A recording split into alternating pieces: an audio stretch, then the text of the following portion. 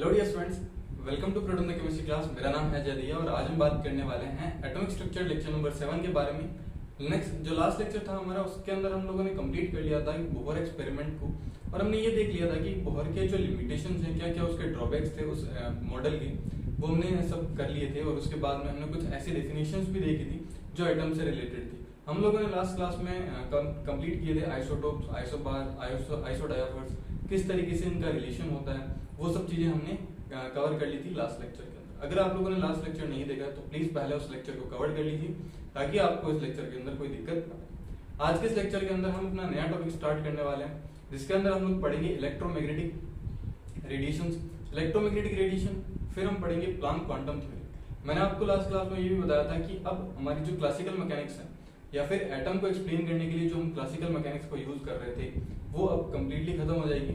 अब हम नई मैकेनिक्स को यूज करेंगे जो कि क्वांटम बेस्ड होगी। अब पहले अपन ये डिस्कस करते हैं कि क्लासिकल मैकेनिक्स और क्वांटम मैकेनिक्स में क्या डिफरेंस होता है। क्लासिकल मैकेनिक्स जो होती है वो डील करती है लार्ज पार्टिकल्स पर, मतलब कुछ ऐसे पार्टिकल्स जो साइज में बड़े हो, ठीक। उन पार्टिकल्स के लिए हम लोग क्लासिकल मैकेनिक्स यूज कर सकते हैं, ठीक। जैसे फॉर एग्जांपल अगर हम बात करें न्यूटन्स लॉज ऑफ मोशन की, वो पूरा का पूरा कंप्लीटली क्लासिकल मैकेनिक्स पर बेस्ड होता है। हम बड़े पार्टिकल पर ही वो जो रूल्स हैं वो अप्लाई कर सकते हैं। फिर अगर हम बात करें जो क्वांटम मैकेनिक्स होती है, वो क्वांटम मैकेनिक्स माइक्रो पार्टिकल्स के लिए एप्लीकेबल होती है। हम माइक्रो पार्टिकल्स के लिए क्वांटम यूज करते हैं और मैक्रो पार्टिकल्स के लिए क्लासिकल मैकेनिक्स यूज करते हैं, ठीक। इसी तरीके से क्वांटम मैकेनिक्स के अंदर हम अब एक्सप्लेन करेंगे क्वांटम मैकेनिक्स की हेल्प से कि जो एटम के अंदर कौन कौन से छोटे पार्टिकल्स हो सकते हैं, और हम उसका जो नेचर है, इलेक्ट्रॉन का जो नेचर है, वो हम किस तरीके से एक्सप्लेन कर सकते हैं कि वेव नेचर होगा, पार्टिकल नेचर होगा, एक एटम का नेचर कैसा होता है, किस तरीके से हम लोग एनर्जी का चेंज देख सकते हैं। वो सब चीजें जो है वो हम क्वांटम बेस्ड एक्सप्लेन करेंगे। उससे पहले हम लोग कुछ चीजें जो है वो एक्सप्लेन कर लेते हैं जो बेसिक होगी क्वांटम मैकेनिक्स के लिए हम लोग देखेंगे, जिसमें हम लोग सबसे पहले जो पढ़ने वाले हैं वो पढ़ने वाले हैं इलेक्ट्रोमैग्नेटिक रेडिएशन। इलेक्ट्रोमैग्नेटिक रेडिएशन, अब देखो हमने बोहर एक्सपेरिमेंट पढ़ा था, थोड़ा सा ये थ्योरेटिकल चलेगा, लेकिन जब हम इनके थ्योरेटिकल पूरे को पूरे कंप्लीट कर लेंगे तो न्यूमेरिकल के अंदर हमें कोई भी दिक्कत नहीं आएगी। मेन कॉन्सेप्ट समझ में आना चाहिए। अगर कॉन्सेप्ट समझ में आ जाता है तो न्यूमेरिकल जो होंगे वो इजीली सॉल्व हो जाएंगे, ठीक है। अब देखो हम लोगों ने बोहर एक्सपेरिमेंट में पढ़ा था कि बोहर ने हमें ये बताया था, और रदरफोर्ड में भी हमने ये पढ़ा था कि रदरफोर्ड के अकॉर्डिंग अगर एक पार्टिकल किसी दूसरे पार्टिकल के सराउंड रिवॉल्व करता है तो वो क्या होता है कि एनर्जी को क्या करता है, एमिशन करता है, एनर्जी का एमिशन करता है। वो कभी भी, जैसे फॉर एग्जांपल अगर हम लें कि मान लो हमने ये न्यूक्लियस और इलेक्ट्रॉन जो है इसके सराउंडिंग इस पाथ के अंदर क्या कर रहा है, रिवॉल्व कर रहा है। तो जब ये रिवॉल्व करेगा तो जब ये वापस इसका पूरा सर्कल कंप्लीट हो जाएगा सॉरी, तो ये कभी भी इस पाथ के अंदर वापस से रिपीट नहीं करेगा। इसकी एनर्जी लॉस होने की वजह से ये अपना पाथ क्या करेगा, छोटा कर लेगा, फिर इसका पाथ और छोटा हो जाएगा। तो इस तरीके से करते करते स्पाइरल पाथ के अंदर ये किसके अंदर एंटर कर जाएगा, न्यूक्लियस के अंदर एंटर कर जाएगा। अगर न्यूक्लियस में एंटर कर जाएगा तो बताओ एटम का एग्जिस्टेंस नहीं रहेगा, ठीक। इसी को सॉल्व करता है, इसी को हम लोग आगे एक्सप्लेन करते हैं बोहर के अकॉर्डिंग। और ये मैक्सवेल के अकॉर्डिंग हुआ कि मैक्सवेल के अकॉर्डिंग कोई भी पार्टिकल किसी दूसरे चार्ज पार्टिकल के अराउंड रिवॉल्व करेगा तो एनर्जी को क्या करेगा, एमिट करेगा, ठीक। और अगर एनर्जी को एमिट करेगा तो अपना पाथ जो होगा वो क्या करता जाएगा, छोटा करता जाएगा, ठीक। और वो एंड में किसमें चला जाएगा, न्यूक्लियस में चला जाएगा, ठीक है। अब यही अगर हम बात करें कि मैक्सवेल और प्लांक दो साइंटिस्ट थे, उन दोनों साइंटिस्ट के अकॉर्डिंग दो अलग अलग नेचर चलते हैं। मैक्सवेल के अकॉर्डिंग हम वेव नेचर डिफाइन करते हैं और प्लांक के अकॉर्डिंग हम लोग पार्टिकल नेचर डिफाइन करते हैं। मैक्सवेल वेव नेचर को सपोर्ट करता है कि नहीं, जो इलेक्ट्रॉन्स हैं या फिर जो भी पार्टिकल्स हैं, जो एटम्स, उनका वेव नेचर होता हो, एंड मतलब जो भी इलेक्ट्रॉन ट्रेवल कर रहे होते हैं, है ना, तो वो वेव नेचर की तरह बिहेव कर रहे होते हैं, जो भी पार्टिकल दूसरे चार्ज पार्टिकल के अराउंड रिवॉल्व करते हैं। अब जो प्लांक है वो सपोर्ट करता है पार्टिकल नेचर को। तो इन्हीं दोनों को हम लोग एक्सप्लेन करते हैं, ठीक है। सबसे पहले हम लोग बात करते हैं कि इलेक्ट्रोमैग्नेटिक रेडिएशंस क्या होती है और हम किस तरीके से इनको एक्सप्लेन करते हैं। देखो कुछ रेडिएशंस ऐसी होती है जो हम लोग देख सकते हैं, जो नॉर्मली होती है, ठीक है, जो जिनका प्रोपोगेशन नॉर्मली होता है। इलेक्ट्रोमैग्नेटिक रेडिएशन जो होती है वो अलग तरीके से होती है, इनको चलने के लिए कोई मीडियम की रिक्वायरमेंट नहीं रहती। जैसे साउंड जो होता है वो इलेक्ट्रोमैग्नेटिक रेडिएशन नहीं है। साउंड एक नॉर्मल अपन बोल सकते हैं, उसके अंदर हम अलग अलग पढ़ते हैं, वो आप फिजिक्स के अंदर पढ़ते हो। साउंड को ट्रेवल करने के लिए मीडियम की रिक्वायरमेंट होती है, बिना मीडियम के साउंड कभी भी ट्रेवल नहीं कर सकता, ठीक है। लेकिन कुछ ऐसी रेडिएशंस होती है, जैसे फॉर एग्जांपल इलेक्ट्रोमैग्नेटिक रेडिएशन। हम लाइट का एग्जांपल लें, लाइट को हम इलेक्ट्रोमैग्नेटिक रेडिएशन के अंदर कंसीडर करते हैं। लाइट को ट्रेवल करने के लिए कोई भी मीडियम की रिक्वायरमेंट नहीं होती, इसीलिए सन से जो लाइट आती है वो अर्थ तक आ सकती है, क्योंकि दोनों के बीच में कोई मीडियम नहीं होता, पूरा का पूरा वैक्यूम होता। अगर मीडियम की रिक्वायरमेंट होती तो कभी भी सन से कोई भी लाइट या किसी दूसरे प्लेनेट से कोई भी लाइट हमारे प्लेनेट पर नहीं आ पाती, ठीक है। हम कोई भी चीज नहीं देख सकते। अगर हमारे बीच में मीडियम होता तभी हम क्या देख सकते, लाइट के रिफ्लेक्शन की वजह से वो ऑब्जेक्ट देख सकते हैं, ठीक। तो लाइट जो है उसको मीडियम की रिक्वायरमेंट नहीं होती। इसी तरीके से इलेक्ट्रोमैग्नेटिक रेडिएशन जो है, इलेक्ट्रोमैग्नेटिक रेडिएशन को ट्रेवल करने के लिए मीडियम की रिक्वायरमेंट नहीं होती।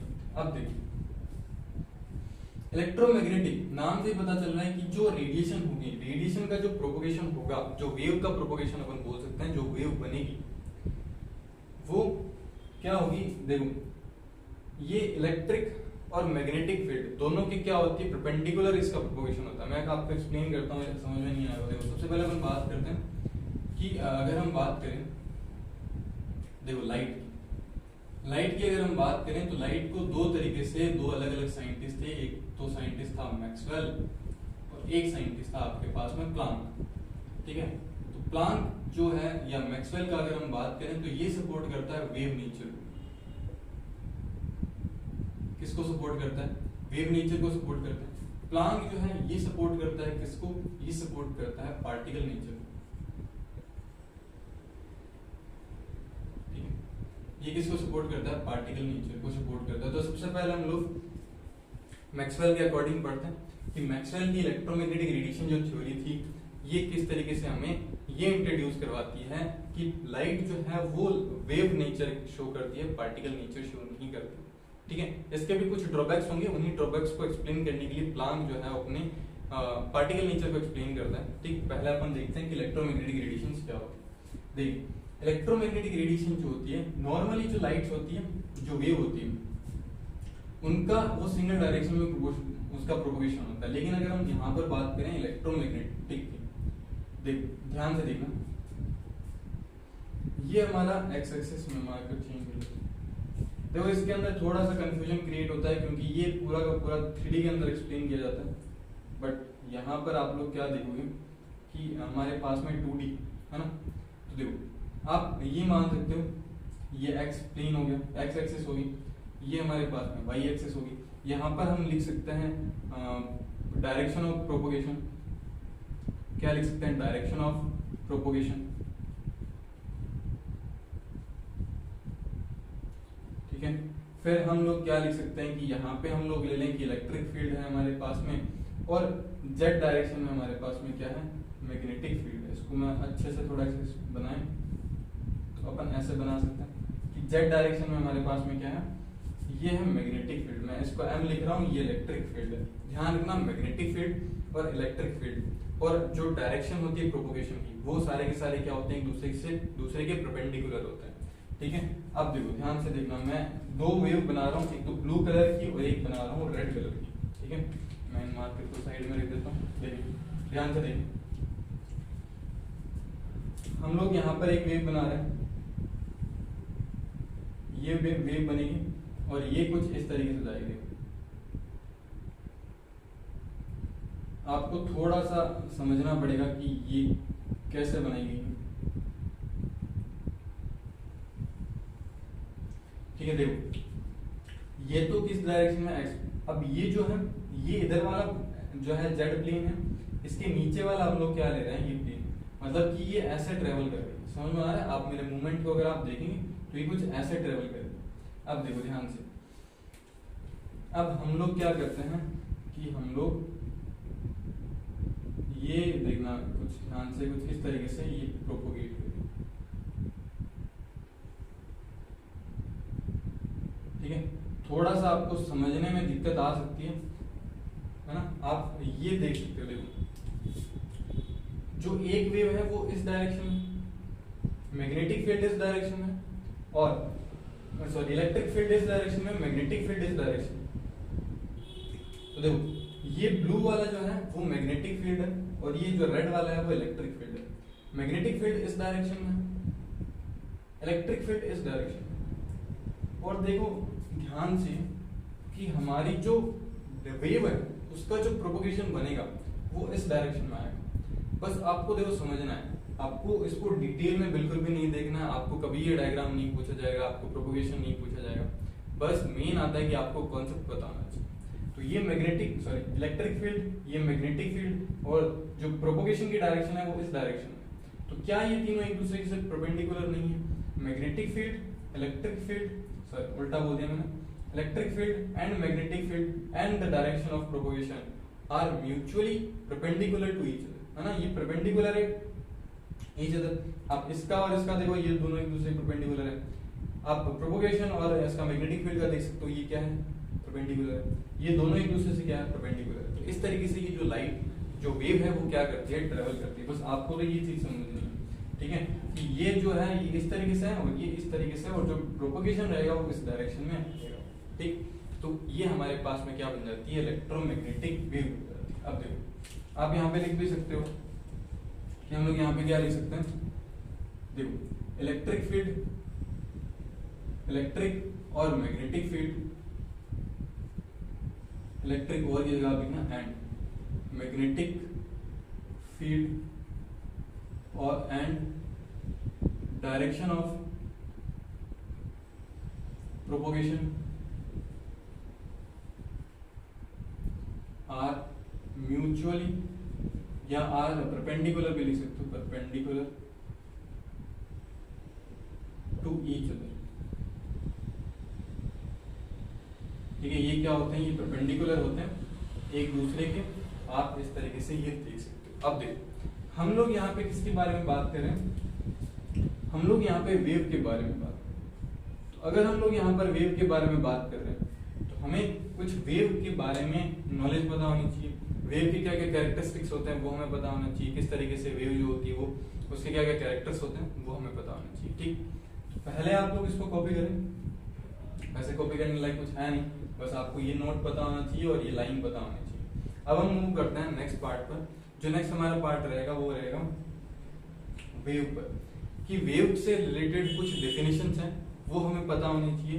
वेव लेंथ क्या होती है, फ्रीक्वेंसी क्या होती है, वेव नंबर्स क्या होते हैं, ठीक है, ये हमें पता होना चाहिए। तो आप इसको कॉपी करो, फिर अपन मूव करते हैं नेक्स्ट पार्ट। ओके, तो पहले अपन बात करते हैं वेवलेंथ के बारे में, कि वेवलेंथ हमारे पास में क्या होती है।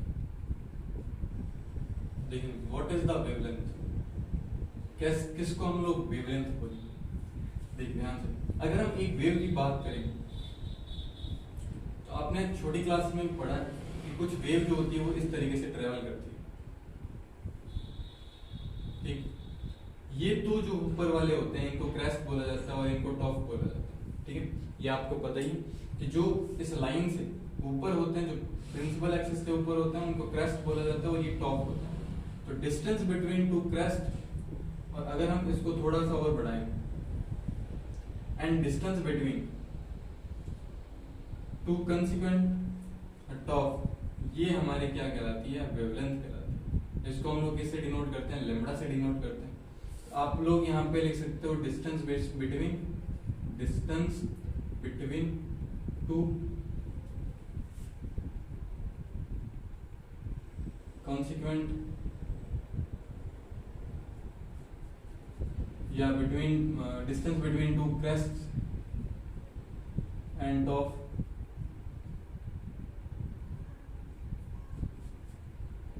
कॉल्ड वेवलेंथ, ठीक है। तो क्या दो क्रेस्ट आप बोल सकते हो, दो टॉप बोल सकते हो, इन दोनों के बीच की डिस्टेंस हमारे पास में क्या होती है? ये होती है हमारे पास में वेवलेंथ। इसको हम लोग क्या बोलेंगे? वेवलेंथ बोलेंगे। और वेवलेंथ को हम डिफाइन करते हैं या फिर डिनोट करते हैं लैम्बडा से। फिर उसके बाद में हम लोग सेकंड पढ़ते हैं फ्रीक्वेंसी। देखो फ्रीक्वेंसी जो होती है इसको हम लोग म्यू से डिनोट करते हैं, है ना, फ्रीक्वेंसी म्यू से डिनोट करते हैं। अब देखो फ्रीक्वेंसी क्या होती है, फ्रीक्वेंसी होती है हमारे पास में एक पर्टिकुलर पॉइंट पर कितनी बार कोई भी पार्टिकल आकर के क्या हुआ है, उसने पूरा एक अपना सर्कल कंप्लीट किया है, उसको हम लोग क्या बोलते हैं, फ्रीक्वेंसी बोलते हैं। ठीक है, क्या बोलते हैं, फ्रीक्वेंसी बोलते हैं। मतलब पर सेकंड कितनी बार अपना साइकिल पूरा कर चुका है, इसको हम लोग बोल सकते हैं। या फिर वो कितनी बार उस पॉइंट पर आकर के उसने कंप्लीट किया, उसको हम लोग क्या बोलते हैं, फ्रीक्वेंसी बोलते हैं। डेफिनेशन से आपको कोई मतलब है नहीं, वैसे आप लोगों को तो फॉर्मूला पता होना चाहिए। देखो फ्रीक्वेंसी का फॉर्मूला क्या होता है, फॉर अगर हम लाइट की बात करें, फॉर लाइट, ठीक है, अगर हम लाइट की बात करें तो देखो लाइट जो होती है उसकी स्पीड हम लोग c से लिखते हैं, तो न्यू इक्वल्स टू क्या होता है, c अपॉन में लैम्डा, क्या होता है, c अपॉन लैम्डा। अगर हम फॉर अदर बात करें, कोई फॉर अदर वेव, उसके लिए हम लोग न्यू लिखते हैं, nu equals to wave velocity of wave divide by lambda, जो उस वेव का लैम्डा है। इस तरीके से आप लोग क्या कर सकते हो, फ्रीक्वेंसी कैलकुलेट कर सकते हो। ऐसे टाइम पीरियड भी आता है, ठीक है, वो भी आप कैलकुलेट कर सकते हो। अब देखो फ्रीक्वेंसी के बाद वैसे इनकी ज्यादा रिक्वायरमेंट नहीं है, ये एटॉमिक स्ट्रक्चर जब आप लोग फिजिक्स में पढ़ते हैं तो वहां पर कुछ ज्यादा रिक्वायरमेंट होती है। जो मेन केमिस्ट्री की रिक्वायरमेंट होती है मैं आपको बता रहा हूँ। नेक्स्ट अगर हम बात करें यहाँ पर थर्ड वेव नंबर, तो वेव नंबर को हम लोग म्यू बार से डिनोट करते हैं, वेव नंबर म्यू बार। अब देखो वेव नंबर्स क्या होता है, एक पर्टिकुलर वेव में, या अगर हम एक पर्टिकुलर वेव की बात करें, एक पर्टिकुलर वेव के अंदर कितने उसके नंबर्स हो सकते हैं, उनको हम लोग क्या बोलते हैं, वेव नंबर्स बोलते हैं। ये रेसिप्रोकल होता है, आप बोल सकते हो, या फिर आप nu bar is equal to क्या होता है, 1 अपॉन लैम्डा।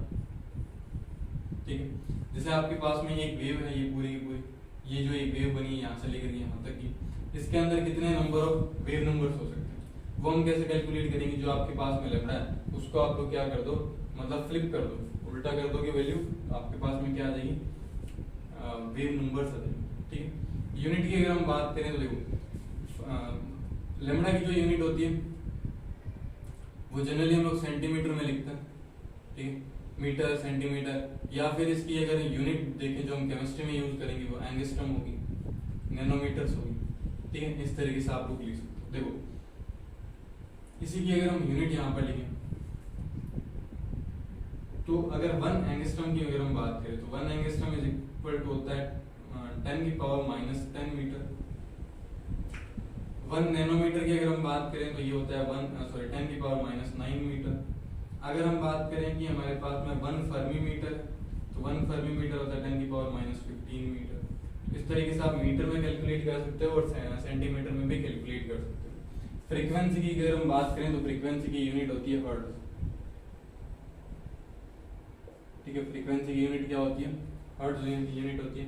अब देखो ये हर्ट्ज जो है ये आपके पास में किलो हर्ट्ज भी हो सकता है, मेगा हर्ट्ज भी हो सकता है। 1 kilo hertz, 1 mega hertz, 1 milli hertz.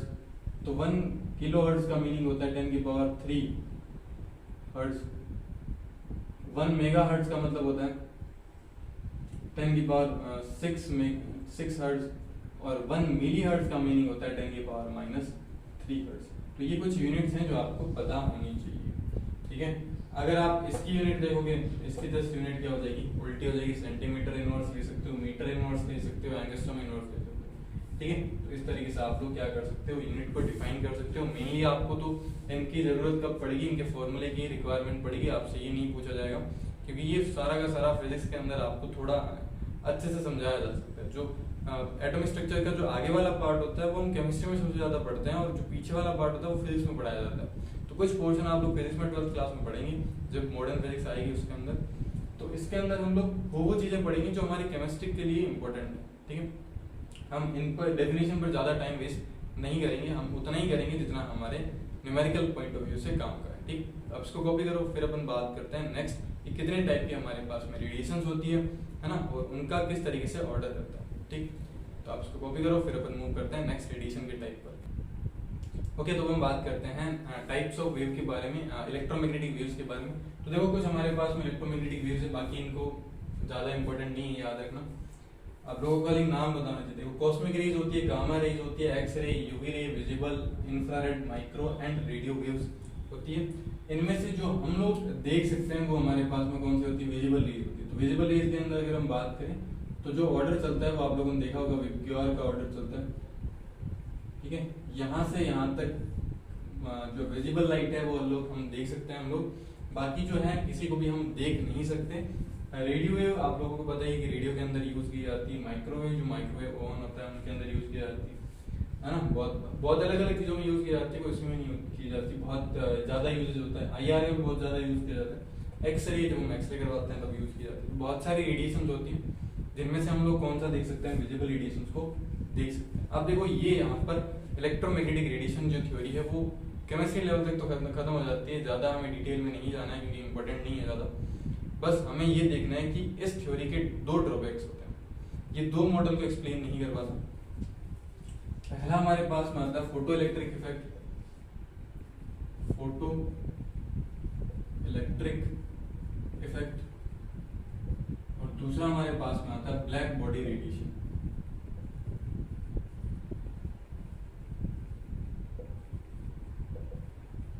ठीक है, photo electric effect and black body radiation, ये दो चीजों को एक्सप्लेन नहीं कर पाता।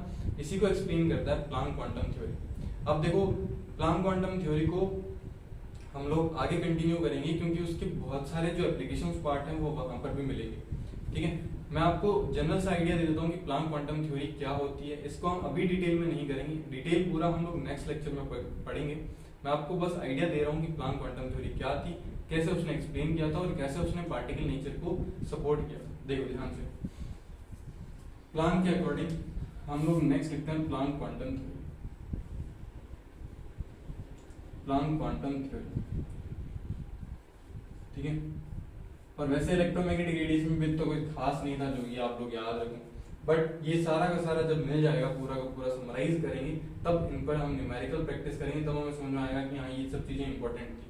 अभी आप लोगों को लगेगा कि बिल्कुल भी इंपॉर्टेंट नहीं है, बट इंपॉर्टेंट है, लेकिन हमें क्या करना है, इनको ज्यादा डिटेल में नहीं एक्सप्लेन करना। ठीक, अब जब प्लांक क्वांटम थ्योरी के अकॉर्डिंग अगर हम बात करें तो इसके अकॉर्डिंग जो लाइट है वो पार्टिकल नेचर शो करती है। ये पार्टिकल नेचर को क्या करता है, सपोर्ट करता है। इसके अकॉर्डिंग क्या होता है कि जब भी कोई भी लाइट जो होती है वो लाइट ट्रेवल करती है तो वो वेव नेचर के फॉर्म में ट्रेवल नहीं करती, वो किस फॉर्म में ट्रेवल करती है, छोटे छोटे बंडल्स के फॉर्म में ट्रेवल करती है। मीनिंग कि अगर लाइट जो ये अगर हम माने कि हमारे पास में लाइट है तो ये ऐसे कंटिन्यूसली आपको ट्रेवल करती नहीं मिलेगी, मतलब कंटिन्यूसली ट्रेवल नहीं करती। ये कैसे ट्रेवल करती है, कुछ छोटे छोटे पैकेट्स में ट्रेवल करती है। ठीक है, मैं आपको इसको एक्सप्लेन करूंगा कि किस तरीके से होता है। ये हम लोग बोल सकते हैं energy packet, packets of energy, या बंडल अपन बोल सकते हैं, बंडल ऑफ एनर्जी। ठीक है, बंडल ऑफ एनर्जी। अब देखो मैं एक्सप्लेन करता हूँ आपको, लेकिन हमें तो लाइट जो होती है वो कंटिन्यूसली आती हुई दिखाई दे रही है। जब भी हमारे ऊपर लाइट आती है तो हमें कैसे दिखाई देती है, कंटिन्यूसली दिखाई देती है, वहां हमें पैकेट्स नहीं दिखती। इसको एक्सप्लेन करते हैं। देखो सपोज हमारे पास में एक गन है, ड्राइंग थोड़ी सी खराब हो सकती है, आप लोग इसको और थोड़ा सा छोटा बना सकते हो या अच्छे से बना देते हैं इसको। ये आप मान लो कि गन, और ये हमारे पास में ट्रिगर है। यहाँ से अगर मैं एक बुलेट फायर करता हूँ, ठीक है, बेकार से बुलेट है, तो देखो ये एक पिस्टल, और पिस्टल से एक बार में एक ही बुलेट बाहर आती है। तो अगर मैं 7 टाइम्स इसको क्या करूं, इसको प्रेस करता हूं, तो यहाँ से कितनी बुलेट्स आएगी, 7 बुलेट्स आएगी, जो इस वॉल पर क्या करेगी, हिट करेगी।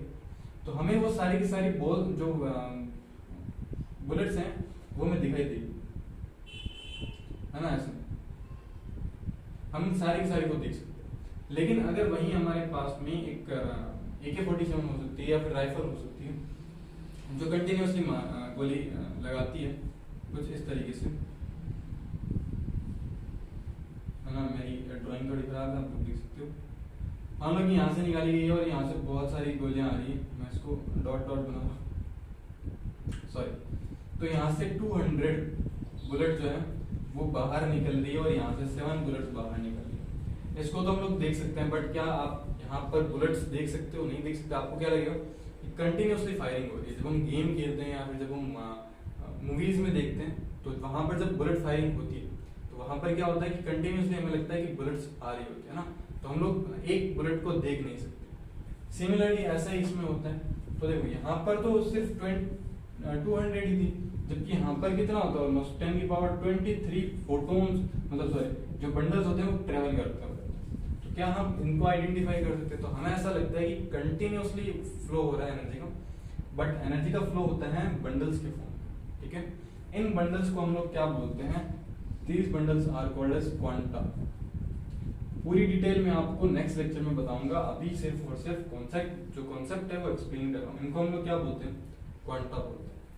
ये क्वांटा अगर हम लाइट के रेस्पेक्ट में बात करें, ठीक है, लाइट एनर्जी के रेस्पेक्ट में अगर हम बात करें, इनको हम लोग क्या बोलते हैं? फोटोन बोलते हैं। क्या बोलेंगे? फोटोन बोलेंगे। और जो इनकी एनर्जी होती है, एक रिलेशन बनाया गया कि जो फोटोन की एनर्जी होती है, जो inversely energy of photon is directly proportional to their frequency. इनकी फ्रीक्वेंसी पर क्या होती है? डायरेक्टली प्रोपोर्शनल होती है। हम इस फोटोन के बारे में थोड़ा डिटेल में भी पढ़ेंगे, देखेंगे कि इसका क्या क्या कैरेक्टरिस्टिक्स होता है और किस तरीके से ये ट्रैवल करता है और ये किस तरीके से काम करता है, ठीक है। पूरा डिटेल में हम लोग Planck quantum theory next lecture में पढ़ेंगे। बस अभी पॉइंट समझ लेते हैं ताकि आपको ये समझ में आ जाए। तो photon E is equals to क्या होता है? E इनवर्स डायरेक्टली प्रोपोर्शनल होता है न्यू के। अगर आप प्रोपोर्शनल का साइन हटाते हो तो यहाँ पर हमारे पास में आ जाता है E is equals to H nu, ठीक है। H जो होता है वो क्या होता है? प्लांक कांस्टेंट होता है। इन सब की वैल्यू हम लोग नेक्स्ट लेक्चर में देखेंगे। अब देखो, हम न्यू की वैल्यू यहाँ से पुट कर सकते हैं, जो हमने लिखी थी, न्यू इज इक्वल टू क्या होता है? C upon lambda. तो यहाँ पे फॉर्मूला क्या बन जाता है? E is equal to H upon lambda. ये फाइनल फॉर्मूला आएगा। इसी फॉर्मूले पर हम लोग न्यूमेरिकल करेंगे, हम लोग एनर्जी कैलकुलेशन देखेंगे, हम लोग वेव कैलकुलेशन देखेंगे, एंड फिर हम लोग देखेंगे कि किस तरीके से हम लोग इसको और डिस्क्राइब कर सकते हैं और किस तरीके से ये हम इसके अंदर और जो है जो इसके ड्रॉबैक्स थे, फोटो इलेक्ट्रिक इफेक्ट और ब्लैक बॉडी रेडिएशन, इन दोनों को हम लोग कैसे एक्सप्लेन कर सकते हैं, ठीक है, प्लांक क्वांटम थ्योरी के अकॉर्डिंग, ठीक। सो आई होप आपको ये डिटेल समझ में आया होगा, पूरा का पूरा वीडियो समझ में आया होगा लेक्चर, ठीक। इसके अंदर आप लोग को ये लग रहा होगा कि कुछ नोट करने लायक नहीं था, लेकिन ये आप ये बोल सकते हो कि बेसिक लेक्चर था, क्योंकि हम स्टार्ट कर रहे हैं तो एक साथ सब चीजें हम इंक्लूड कर देंगे तो समझ में नहीं आएगा। इसीलिए मैंने आपको आज इंट्रोडक्टरी वीडियो है, ये आप ये समझते हो कि हम लोग क्वांटम के तरफ जा रहे हैं, ठीक। और उसके बाद में अगर हम देखें नेक्स्ट लेक्चर में हम लोग डिटेल में पढ़ेंगे प्लांक क्वांटम थ्योरी। उसके बाद में हम लोग इन दोनों इफेक्ट के बारे में पढ़ेंगे कि फोटो इलेक्ट्रिक इफेक्ट क्या होता है और ब्लैक बॉडी रेडिएशंस क्या होती है, ठीक है। तो मिलते हैं नेक्स्ट लेक्चर के अंदर। आई होप आपको ये कंप्लीट लेक्चर समझ में आया होगा। कोई दिक्कत हो तो आप लोग कमेंट बॉक्स में कमेंट कर सकते हो, ओके। सो मिलते हैं नेक्स्ट वीडियो के अंदर, तब तक के लिए गुड बाय।